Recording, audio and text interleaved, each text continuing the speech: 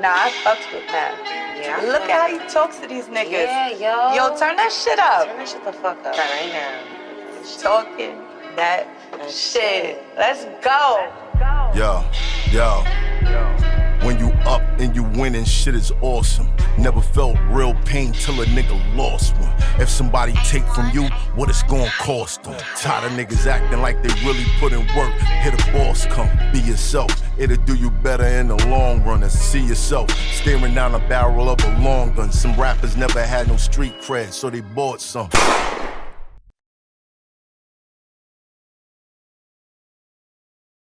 And, you know, I found a 9 to 5, which y'all can't believe, but I started working for UPS. Shout out to Biggie Smalls. I started working for UPS. I think the same, UPS is hiring. the same year that record came out is the same year I started working there. Shout out to Biggie Smalls. Prelude wasn't bad. UPS was hiring. It was the same year I started working for UPS. I got my commercial license. I became a driver. And you know what? I'm going to pat myself on the back. I retired from UPS after 20 years. I did 20 years with UPS. Oh, shit. At the same time I was working at UPS, I was still finding my lane on what I wanted to do in hip hop. Right. And, but I always kept telling myself I'm not gonna leave my 9 to 5 yet until I know what's going on. So while I'm working, I'm doing my 9 to 5, I was still, you know, trying to see what else to do. But during that time, I was now also finding out the club scene. Right. So I went to the clubs a couple of times and, you know, go to clubs, whatever. And I was like, you know what? I want to do what that other guy was doing when I first saw it. So I started going to local spots. So I had a couple of friends of ours out. There's a friend of mine, he goes by the name DJ Harry Hash. Right. And he used to do local parties. He used to do local parties in Park Slope. Right. And there was parties like St. Rocco's parties. You know, I don't know if you ever heard of St. Rocco, St. Michael parties in Brooklyn. You know, doing all. So I used to go to those parties and I used to be like, yo, where the mic at? And he used to be like, nah, what's up? Why you want the mic? I said, yo, let me get on the mic. Let me hype up the crowd. Nah, boy, get out of here. Yo, he would, every weekend when I used to go to his parties, he would always dub me. Dub me. And then one day, finally, he was like, I'll go up and I was like, yo, what's up, man? Let me get that mic. He's like, yo, I'm gonna give you this mic, but if you don't do your thing, I'm gonna fuck you up. No pressure. That's reckless. I'm gonna No fuck pressure you. at all. None at all. I think you already bounced to Jersey, probably, right? You probably bounced to Jersey. And I'm like, damn, should I take this risk? Because you're gonna fuck me up. I said, fuck it, man. If I get fucked up, I get fucked up. God, Mike. But everything I learned from what Homeboy did in that party, I imitated and I did it, but I did it my way. Right. Yo, I had the crowd going. That it felt better than sex. I went back home like, wow, I could do this shit. Right. Chill out, Gat. Y'all know what I mean. The concept is alien to That was funny. It was a fit. It's a fit. You know what I'm saying? When you do something good, you're like, oh shit. You know what I'm saying? Like, yeah, it's popping. so.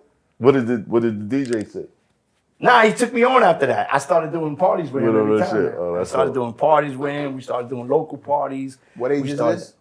This was probably about maybe, we're going forward a little, back a little bit, maybe like 17, 18. Oh. My high school, my senior year of high school, just before I met his moms and all that. Right. And that I'm just putting together the pieces of how Pretty Lou became what it is. Right. And so then I started doing local parties. I started doing local parties every weekend with him, blah, blah, blah. And for free. I was in charge. He was getting paid. Meanwhile, I wasn't getting shit. But I was just happy just to be with there, rocking out with him. And all Who was that his stuff. DJ? His name is DJ Harry Hash. Harry Hash. He's a local DJ. Shout out to him. You know what I'm saying? That's my brother for life. No animosity. You paying dues, he was getting paid, he didn't pay you. You have no animosity. Word, you was rocking crowds and all that. He ain't break no bread. Harry, it wasn't my fault. I'm sorry. But his payment to me Was the opportunity. the opportunity. Yeah. Right. I didn't care about the money. Listen up, kids. Listen up. His payment was the opportunity that he gave me. Right. And that's when the Pretty Lou started developing locally and all that stuff. And then after that, once I got to college and I started learning the club stuff, and that's when I was like, all right, I'm gonna learn the radio stuff, but I wanna learn how I could be these MCs in these clubs. And now moving forward, I did my first professional club with the late, great, he passed away a couple of years ago, Carl Blaze. Rest in peace. DJ Carl Blaze was the first DJ I ever MC'd with in a club. I got booked at a spot called Carbon, which turned into Exit, if y'all remember. Exit back in the day. And Wasn't that like over there by like Delancey or something? no, it was on 50-something Street and like by the sanitation on the west side over there. Club Exit.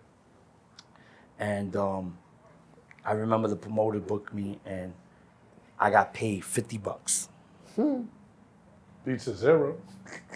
$50. That was my first pay ever in a club. I didn't have a car, none. I rode the train. I took the train up there and I took the train back home. So I remember when I got to the club was packed and everything. I met Carl Blaze. Carl Blaze was from Uptown. I'm like, yo, what's Uptown? Just keep coming into my life. And I was scared, I was nervous because it wasn't the local spots that I was doing. And I will never forget that I thought because of Carl Blaze, he was gonna say probably, why do I need this guy on the microphone? Instead, he opened up his heart and was like, listen, Lou, it's your first time? I said, yeah, it's my first time in a big club. Because don't worry about it. I'm gonna teach you.